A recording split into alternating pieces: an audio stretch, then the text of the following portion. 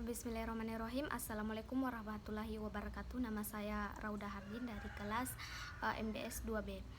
Baik, di sini saya akan mendefinisikan 4 jenis pasar beserta contohnya dan mendefinisikan biaya produksi beserta contohnya juga.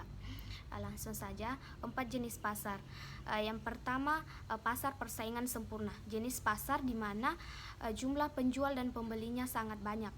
Biasanya produk yang dijualkan itu homogen atau sama. Contohnya pasar ponsel atau pasar laptop.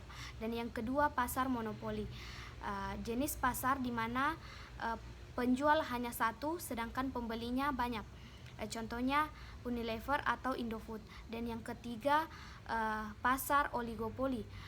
Jenis pasar di mana penjual hanya sedikit tetapi sedangkan pembelinya banyak.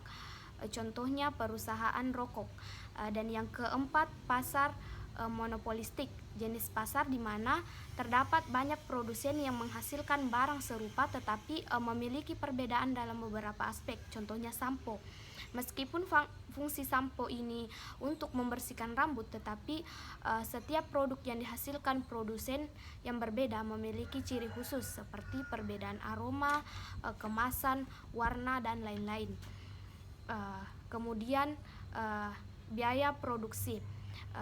Secara keseluruhan biaya produksi dibagi menjadi 2 jenis, yaitu biaya langsung dan biaya tidak langsung. Biaya langsung yang terkait dengan proses produksi, misalnya biaya pembelian bahan mentah, bahan pembantu, dan bahan bakar atau biasa disebut dengan biaya primer.